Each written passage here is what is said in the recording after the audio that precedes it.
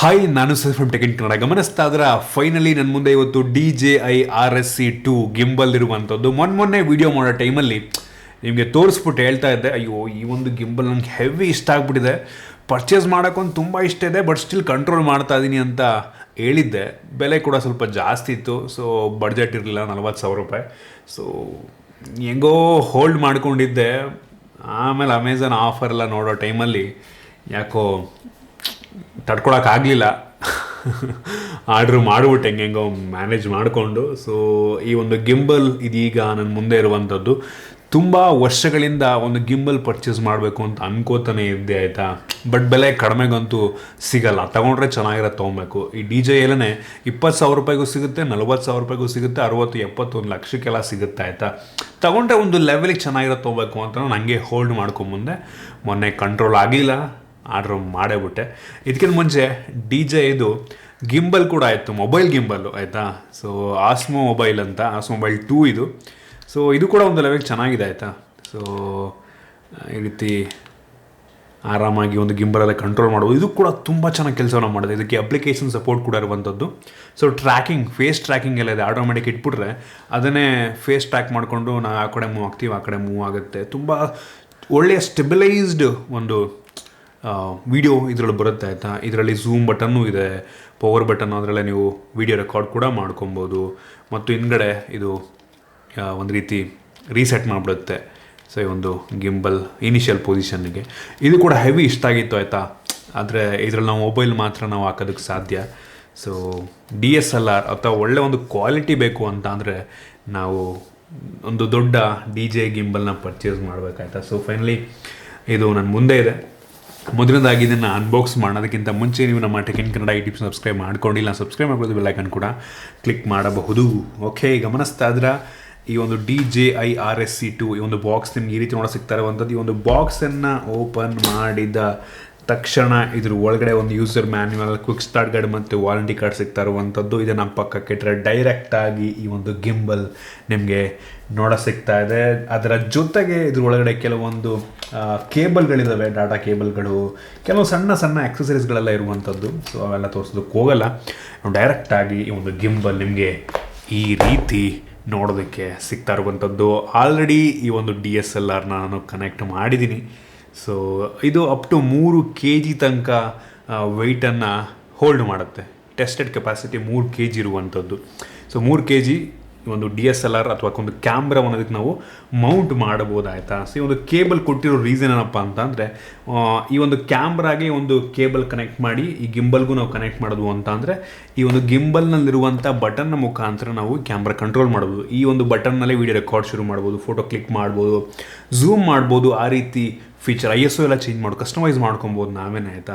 So ಇದರಲ್ಲಿ ಒಂದು ಸಣ್ಣ ಡಿಸ್ಪ್ಲೇ ಕೂಡ ಇದೆ. ಟಚ್ ಸ್ಕ್ರೀನ್ ಡಿಸ್ಪ್ಲೇ ಬೇಕು ಅಂದರೆ ಇನ್ನೊಂದು ಸ್ವಲ್ಪ ಪ್ರೋ ಎಡಿಷನ್ ಬರುತ್ತೆ ಇದರಲ್ಲಿ. DSC 2ರಲ್ಲಿ ಪ್ರೋ ಎಡಿಷನ್ ಬರುತ್ತೆ. ಅದು ತಗೊಂಡ್ರೆ ಟಚ್ ಸ್ಕ್ರೀನು ಇಲ್ಲೇ ಡಿಸ್ಪ್ಲೇ ಕೂಡ ಬರುತ್ತೆ, ಕ್ಯಾಮ್ರಾ ಡಿಸ್ಪ್ಲೇ ಇಲ್ಲಿ ಬಂದ್ಬಿಡುತ್ತೆ. ಅದು ನಂಗೆ ತೊಗೊಬೇಕು ಅಂತ ತುಂಬ ಇಷ್ಟ ಆಯಿತು, ಬಟ್ ಸ್ಟಿಲ್ ಅದು ಸ್ವಲ್ಪ ಓವರ್ ಪ್ರೈಸ್ಡ್ ಆಗ್ಬಿಡ್ತಾ. 65,000 ತನಕ ಇದೆ. ಬೇಡ, ಅಷ್ಟೊಂದೆಲ್ಲ ಅವಶ್ಯಕತೆ ಇಲ್ಲ ಅಂದ್ಕೊಂಡಿದ್ದು ನನ್ನ ಪರ್ಚೇಸ್ ಮಾಡಿದೆ. ಇದರಲ್ಲಿ ನಮಗೆ ಒಂದು ಅನಲಾಗ್ ಬಟನ್ನು. ಸೊ ಇದರಲ್ಲಿ ನಾವು ಈ ಗಿಂಬಲ್ನ ಆ ಕಡೆ ಈ ಕಡೆ ನಾವು ಕಂಟ್ರೋಲ್ ಮಾಡ್ಬೋದು. ನೋಡಿ ತೋರಿಸ್ತೀನಿ. ಗಿಂಬಲ್ ನಾವು ಈ ಕಡೆ ಮೂವ್ ಮಾಡಿದ್ರೆ ಆ ಕಡೆ ಮೂವ್ ಆಗುತ್ತೆ. ಸೊ ಆ ರೀತಿ ಮಾಡ್ಬೋದು. ಇದನ್ನು ಯಾವ ಕಡೆ ಮೂವ್ ಮಾಡ್ತೀನಿ ಆ ಕಡೆ ಮೂವ್ ಆಗುತ್ತೆ ಗಿಂಬಲ್. ಸೊ ಈ ರೀತಿ. ಮತ್ತು ಹಿಂದ್ಗಡೆ ಇದನ್ನು ಪ್ರೆಸ್ ಮಾಡಿದ್ರೆ ರೀಸೆಟ್ ಆಗಿಬಿಡುತ್ತೆ, ಇನಿಷಿಯಲ್ ಪೊಸಿಷನ್ ಸೇಮ್ ಆ ಗಿಂಬಲ್ ಇರೋ ರೀತಿಯೇ. ಆಮೇಲೆ ಅಂತ ಬಟನ್ ಇದೆ ಮೋಡ್ ಚೇಂಜ್ ಮಾಡೋದಕ್ಕೆ. ಮತ್ತೊಂದು ರೆಕಾರ್ಡ್ ಬಟನ್ ಇದೆ, ಆಗಲಿಲ್ಲ ನನಗೆ ಕೇಬಲ್ ಕನೆಕ್ಟ್ ಮಾಡೋದು, ಇಲ್ಲೇ ರೆಕಾರ್ಡ್ ಮಾಡೋಕ್ಕೆ ಶುರು ಮಾಡ್ಬೋದು. ಸೊ ಇಲ್ಲಿ ಟಚ್ ಮಾಡೋ ಅವಶ್ಯಕತೆ ಇಲ್ಲ. ಮತ್ತು ಈ ಕಡೆ ಒಂದು ಪವರ್ ಬಟನ್ ಇದೆ, ಮತ್ತು ಚಾರ್ಜ್ ಮಾಡೋದಕ್ಕೆ ಒಂದು USB Type-C ಪೋರ್ಟ್ ಇರುವಂಥದ್ದು. ಮತ್ತೊಂದು ಈ ಕಡೆ ವೀಲ್ ಇದೆ, ಆಯಿತಾ. ಸೊ ವೀಲ್ ಕೆಲಸ ಬೇಕಾದ್ರೆ ನಾವು ಇದನ್ನು ಕೂಡ ಕಸ್ಟಮೈಸ್ ಮಾಡ್ಕೊಬೋದು. ಮತ್ತು ಇದನ್ನು ವೀಲ್ನ ಪ್ರೆಸ್ ಮಾಡಿದ್ರೆ ಮೆನ್ಯೂ ಓಪನ್ ಆಗುತ್ತೆ. ಇದರಲ್ಲಿ ಫಾಲೋ, ಜಾಸ್ತಿ ಕೆಲವೊಂದು ಸೆಟ್ಟಿಂಗನ್ನು ಚೇಂಜ್ ಮಾಡ್ಕೊಬೋದು. ಮತ್ತು ವಾಪಸ್ ಹೋಗೋದಕ್ಕೆ ರಿಟರ್ನ್ ಬಟನ್ ಕೂಡ ಕೆಳಗಡೆ ಇರುವಂಥದ್ದು. ಮತ್ತು ಆಗಲಿಲ್ಲ ನನಗೆ ಹಿಂದ್ಗಡೆ ಕೂಡ ಒಂದು ವೀಲ್ ಇದೆ. ಸೊ ಆ ವೀಲ್ನ ಕೂಡ ನೀವು ಕಸ್ಟಮೈಸ್ ಮಾಡ್ಕೊಬೋದು. ISOಗೋ ಶಟರ್ ಸ್ಪೀಡ್ಗೋ ಕಸ್ಟಮೈಸ್ ಮಾಡ್ಕೊಬೋದು. ಮತ್ತು ಇದರ ಇನ್ನೊಂದು ಬಟನ್ ಇದೆ, ಆಗಲಿಲ್ಲದಲ್ಲ. ಸೊ ಅದನ್ನು ಡಬಲ್ ಪ್ರೆಸ್ ಮಾಡಿದ್ರೆ ರೀಸೆಟ್ ಆಗುತ್ತೆ.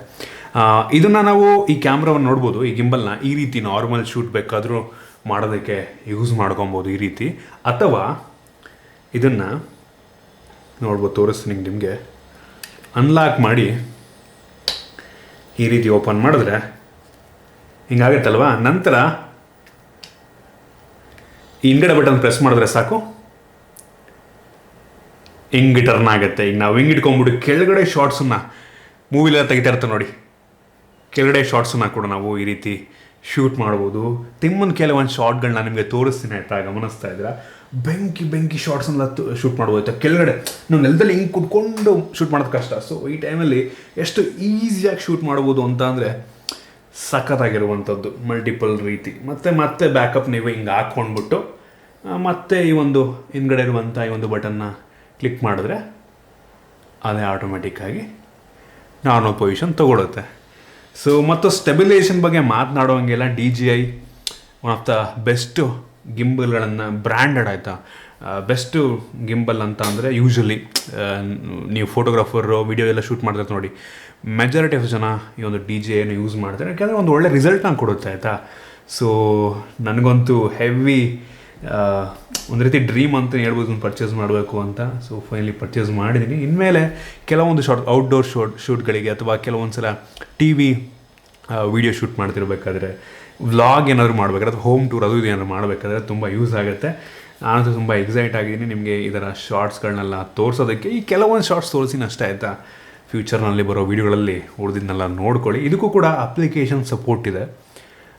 ಹೆಂಗಪ್ಪ ಅಂತ ಅಂದರೆ ಈ ಒಂದು DJI ಏನಿದೆ ಅದು ಜಸ್ಟ್ ಈ ಒಂದು ನೆಟ್ವರ್ಕ್ನ ಬ್ಲೂಟೂತ್ನ ಮುಖಾಂತರ ಕನೆಕ್ಟ್ ಆಗುತ್ತೆ.